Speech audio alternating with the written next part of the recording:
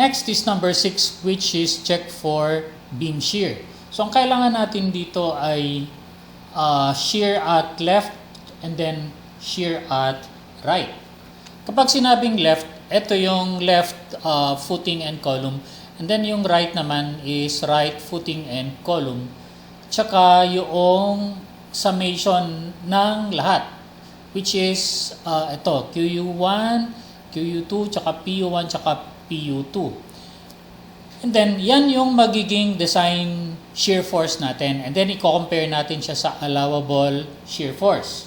So, mag-start tayo dito sa shear at left. So, that is simply the summation forces vertical, yung upward, which is yung soil pressure, QU1 times B1L1, minus PU1, which is ito. Okay? And then, yung shear at right naman, QU2, B2 times L2, yan yung due to soil pressure, minus PU2 equal to 0. So, nagkataon na 0 siya.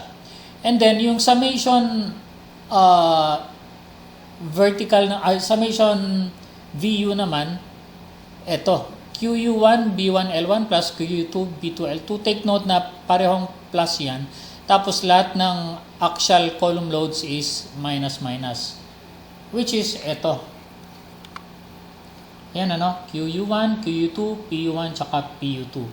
And then finally, etong VU, kunin mo lang yung absolute values maximum niyang tatlo. So ito, maximum BUL, BUR, tsaka yung summation. And then, yung PVC natin, yung allowable shear is equal to 0.75 times 0.17 square root of F prime C multiplied by the strap width multiplied by effective depth DT divided by 1,000 para maging kilonewton. And if PVC or allowable shear is greater than VU, then it is safe. Next to that is check for weight of footing.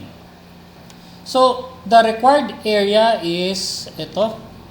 Required area is equal to B1 times L1 times T1, ayan plus B2 L2 T2. Ito yung volume ng concrete. So, minultiply natin siya ng unit weight of concrete na UC. And then, plus, ito naman, B1 L1 times the thickness of the soil above footing 1. Kaya na-multiply natin siya ng unit weight of soil. Ito yon. Followed by B2L2. Ito naman yung weight ng soil above footing 2. Tapos, ito B1L1 QS1. Ito naman yung surcharge above footing 1. Tapos, B2L2 QS2, yan yung surcharge above footing 2. And then, finally, summation P1 tsaka summation P2. So, yung sum niyan lahat divided by your Q allowable and that is your required area. And then, yung total area mo is simply a B1L1 plus B2L2. Dapat yung total area mo is greater than the required area to be safe. Greater than or equal to be safe. And then, number 8 is check temperature and shrinkage bars. So, para sa footing 1, dalawa yan, along X tsaka along Y. So, punta tayo ngayon sa along X. So, ito ang kailangan natin from the input data, yung temperature and shrinkage bars under column 1. And then, ito yung pattern. So, under column 1, along X. So, ang required AS natin is 0.002 times B1T1 divided by 2. In the sense, divided by 2 kasi, yung top bars natin sa footing, yan yung temperature and shrinkage. Yung nasa ilalim, ang bubuhat na ng temperature and shrinkage is yung reinforcing steel bars. Okay?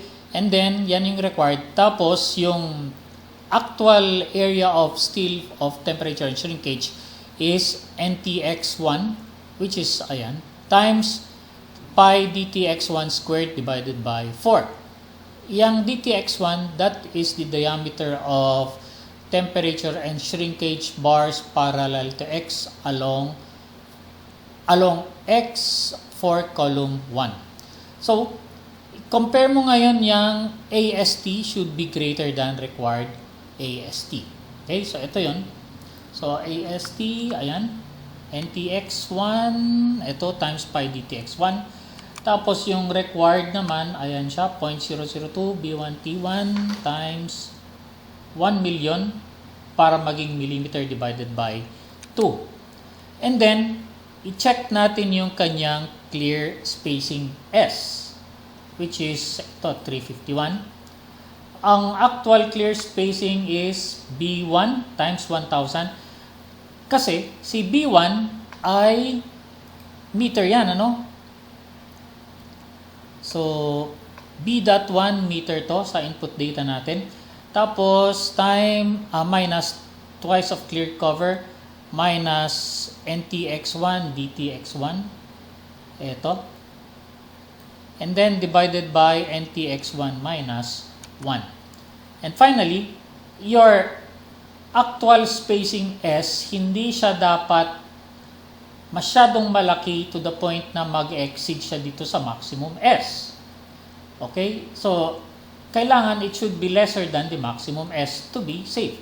Ngayon, ang maximum S natin is the minimum of 5 times thickness and 450 mm. Tapos, dito na tayo ngayon kay along Y naman. Dito, the procedure is essentially the same as along X. Pero ang papalitan mo lang dito is yung B1, gagawin mo siyang small L1. And then, ang gagamitin mo dito is diameter of bars along Y for column 1 or DTY1 tsaka NTY1. Okay? And then, ang spacing mo is L1 minus 2cc minus NTY1 DTY1 divided by NTY1 minus 1. And then, same procedure for footing number 2 along X and along Y.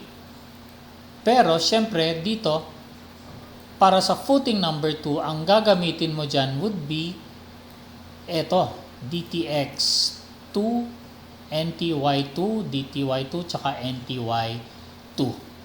Okay, so after that, we proceed to step number 9, which is check for band widthing. Okay, so thank you again for listening.